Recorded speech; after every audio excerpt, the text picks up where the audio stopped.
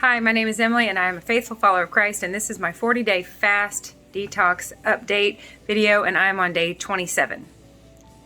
And it's going awesome. That's my update. I am not having any trouble fasting off of the things that I've committed to fasting off of because I'm laser focused on getting to the gym and staying in my macros and building muscle and then being able to see the muscle eventually. I'm pretty sure I saw a bicep this morning on me, not someone else. I was complimenting this girl's arms that was in front of me at the gym, at the YMCA, this class we were taking. Beautiful biceps, beautiful arms, beautiful back, beautiful human being.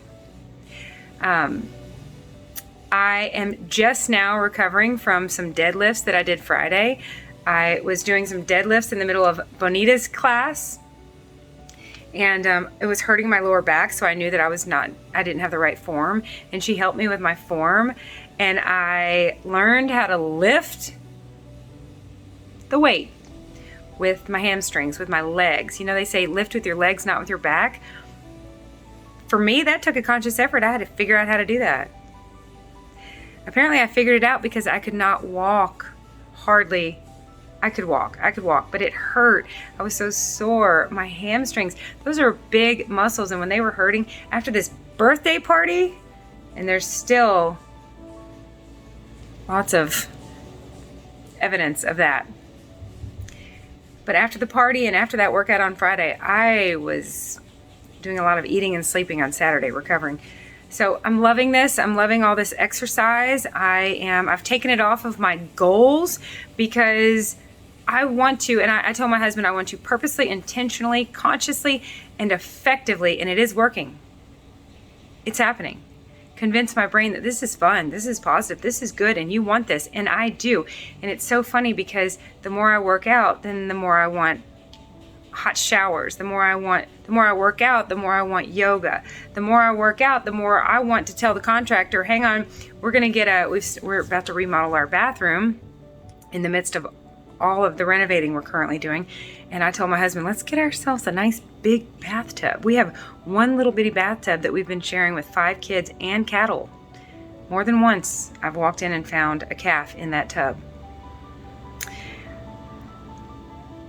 Years ago, I worked at a school, and the secretary used to talk about how she just was so looking forward to a hot bath that night. She always ended the day with a hot bath, and I thought, shoot, if I ended the day with a hot bath, I would probably not be as obese as I am now.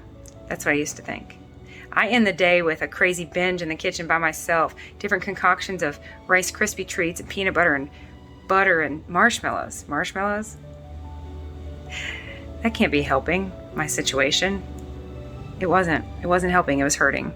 But I used to think, how do we relax? If we relax into food, it's gonna cause problems. I used to think, I wanna be more like her and relax into a hot bath.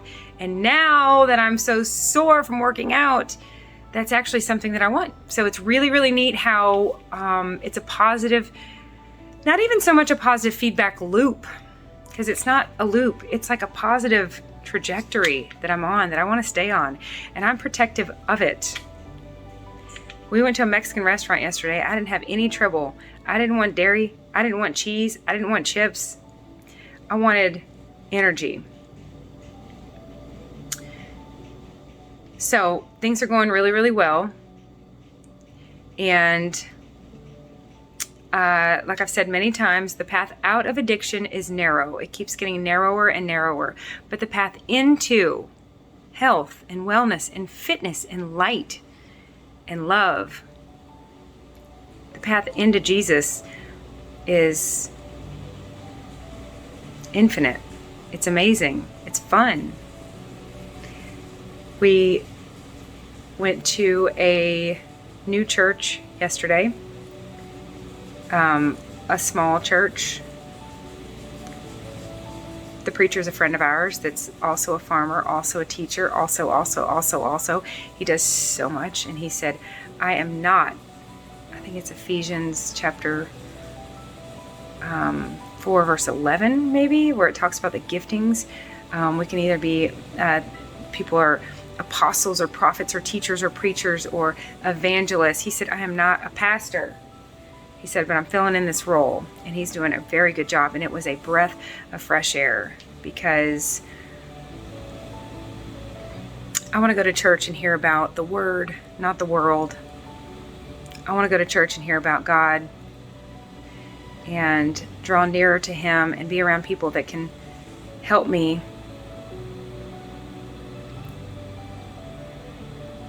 do just that, to draw nearer to Him. Not the version of Him that I want Him to be or need Him to be, but actually Him.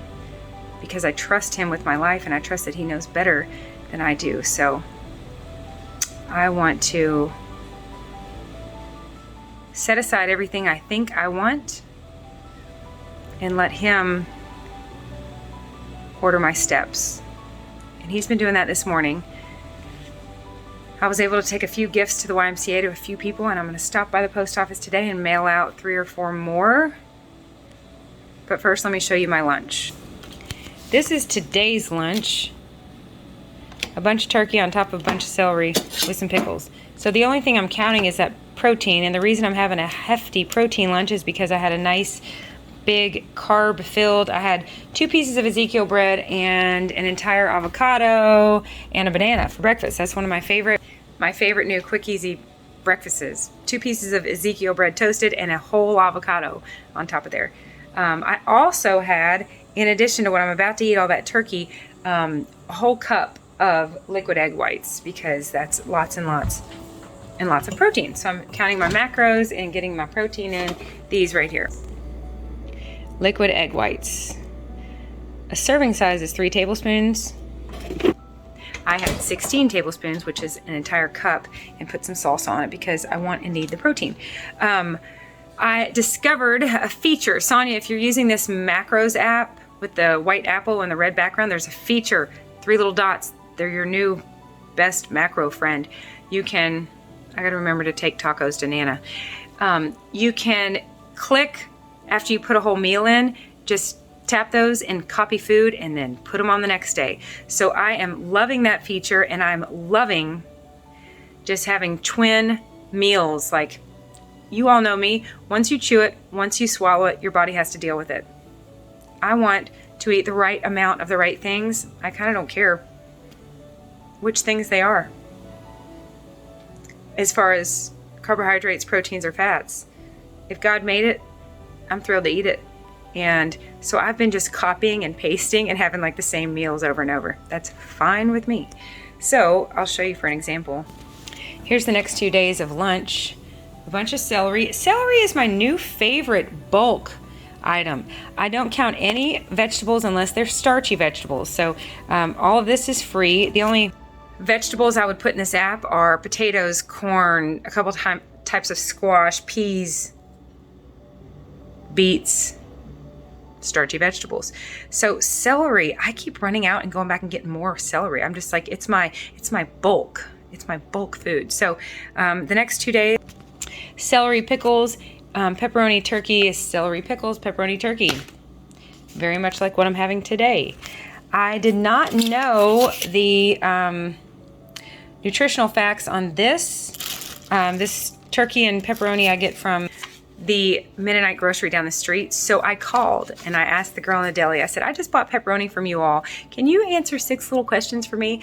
I knew for sure she could not or would not or could not take a picture and send it to me because she does not use a cell phone, I'm sure.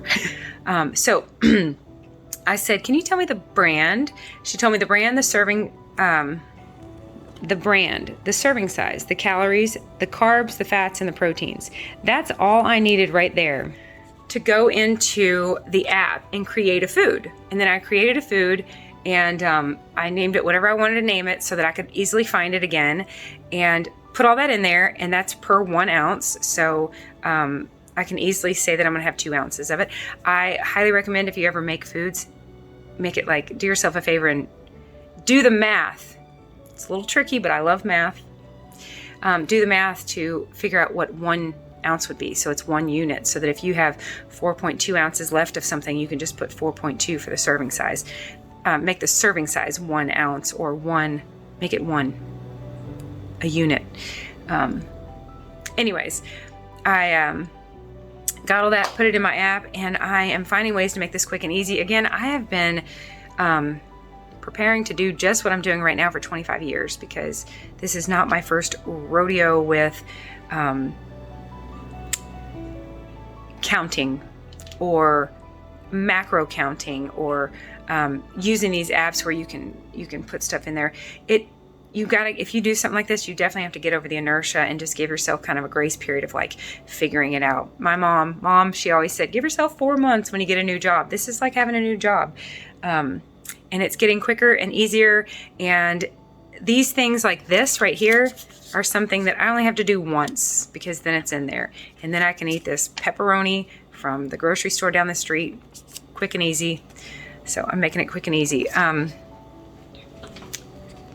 think that's it. I meant to share the other day on my 40-day fast update that this is going so well. I gave my coffee pot to Goodwill, because I'm really surprised. It's almost perplexing to me how much I don't miss dairy at all. There's a report. I don't miss it at all. And it's really, really weird. It's not like, when this is all said and done on March 20th, and I'm finished with this 40-day fast, I'm going to go through line by line and see what I want to maybe keep for good, kick out for good, or just fast from again to gather a little bit more data.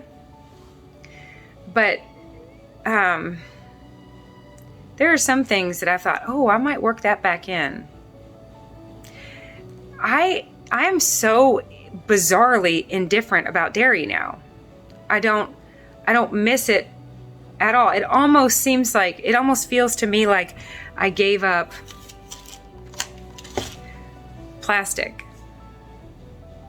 And I used to really like it. I used to like binge on it. I used to sort of obsess about it. I used to go heavy on it. Like, whether I was binging or just eating, I would have it'd be a big portion of whatever meal I was enjoying at the time. And now I have my substitutions for dairy on a sandwich is just like avocado or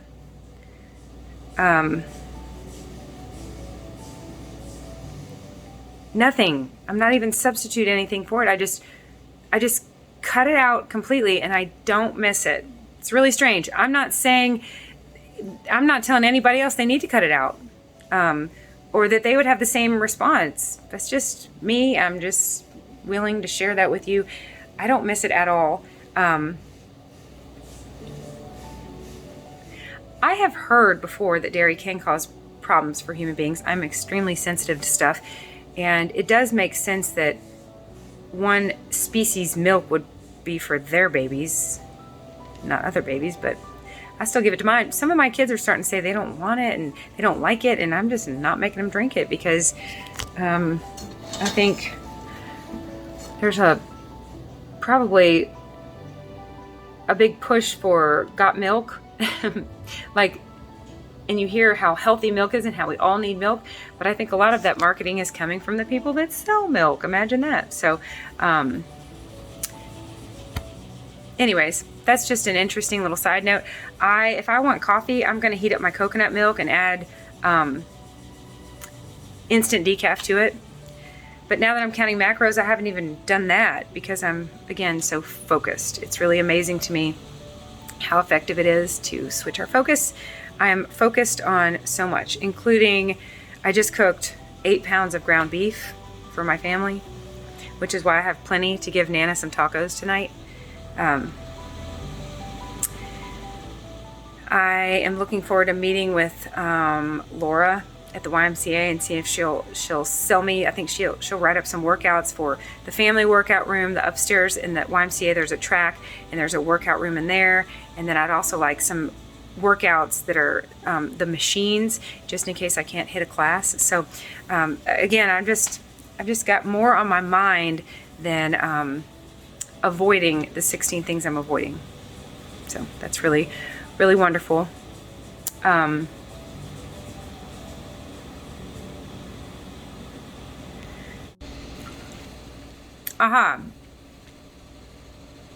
This is really a behavioral psychology example of creating. Sometimes we inadvertently, accidentally create scenarios where we're hyper-focused on something. Like, don't think of a pink elephant, that's what you think of. So let me encourage you, and I said this in a recent video, I can't even remember which one, but if you give yourself no's, like, I think this was in the I just hosted a party and stayed sober video. If you give yourself no's, be sure you're giving yourself yeses. Or the no's might be all you focus on, because you're going to create a vacuum. It's like a garden. Our behaviors are like weeds and flowers in a garden. And if we only pull weeds, then we're going to have a dirt bed that will erode over time. We've got to also plant flowers. I believe I talk about this in my video from literally like 2 years ago called Displace, Replace, and Remember. If you think of behaviors as weeds and flowers, and you want to pluck some weeds, be sure to plant some flowers. Focus on those, tend to those, nurture those, look at those, appreciate those, watch them grow. Be aware that they are growing. Start to notice other people's gardens and admire them and aspire to them. Be inspired by them and inspire them. Sound like a tongue twister. If we just give ourselves no's, then that might be all we focus on. No sugar, no flour. It's like all day long you might obsess about sugar and flour. Understandably so. It's like I talk about in that, I believe it is the video of the party with the SOBER acronym. If you give a child, you want to give them do's, not just don'ts. If you tell them what not to do, well, a lot of times I can see the look in their eye. It's like I just gave them a good idea. I tell them, do not even think about blah, blah, blah. And then they're like, ooh, blah, blah, blah sounds fun. So if you give yourself a bunch of no's, be sure you give yourself a bunch of yeses. And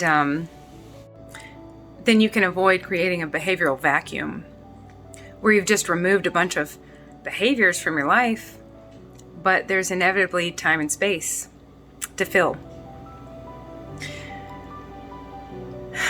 I've given several ladies lately, little cuff bracelets. Ladies in my life, ladies in my Bible reading group, each of the women that are helping me with my new efforts to get fit, little cuff bracelets that say Proverbs 31:25. She is clothed in strength and dignity, and she laughs without fear of the future. That's my verse lately that I just am meditating on and walking in that truth. And I'm realizing that, like I used to tell my mom after my dad passed, I would not tell her you're going to be okay. And I wove this into a sermon recently that to tell someone you are going to be okay ironically induces anxiety. When am I going to be okay? That's sort of an arbitrary thing to say, that someday in your future you're going to be okay. That keeps okay just out of reach. In our near or distant future, it's always ahead, something we're always chasing. And if we'll slow down and realize Philippians 4:7, we have a peace beyond understanding, and we are okay. I am okay. This morning went really, really well. I got 4 kids to school, and I managed 3 big old dogs in the pouring down rain, which is tricky because they can't be together because they'll fight. but I don't want them in the rain, and they don't want to be anyways, there's just some logistics involved. And I asked Greg for help. How do I do this? What order should I do this in? Who should I feed? What? I got 5 kids to school, not 4. I said 4. Why did I say 4? I took 3 to one school, 2 to the other the other 2 went to the high school. Anyways, it was profoundly effective for me to stay in the moment and realize I'm okay right now. Those 2 have what they need. I've got these for these 3. I'll be right back for those dogs. Anyways, it all worked out so well. And when I got back at 8:03 and this class at the YMCA started at 9 o'clock, I was tempted to come in and take a nap. But I asked God to order my steps, and I set the timer in my car, and I ran back in the house, took care of the dogs, and got 3 gifts ready for 3 women at the YMCA. I think the enemy would have had me come in and take a nap and not have gotten all that ministry accomplished, just meeting needs. I'm not the one meeting them, he is. But we are okay right now. And that's the only time that matters anyways, right now. So I've been meditating on Proverbs 31:25. She is clothed in strength and dignity, and she laughs without fear of the future. And I realize it's this if-then. If I will stay focused on Jesus and listen to him and ask him to order my steps, then I'll be at peace and I can rest. Exodus 33:14, my presence will go with you and I will give you rest. Terry, this reminds me often that he goes with me and gives me rest wherever and whenever I need it.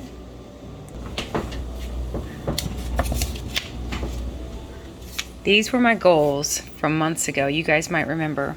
Humbly ask God to order my steps and then take said steps. Humbly ask for help. Ask others in addition to God. Release my grip and accept reality. Stay hydrated.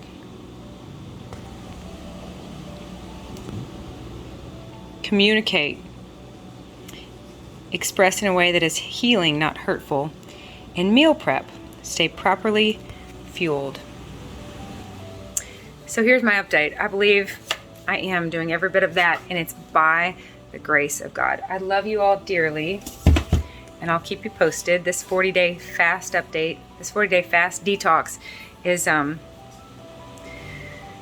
guess I'm about 3/4 of the way there, and it's just going so well, and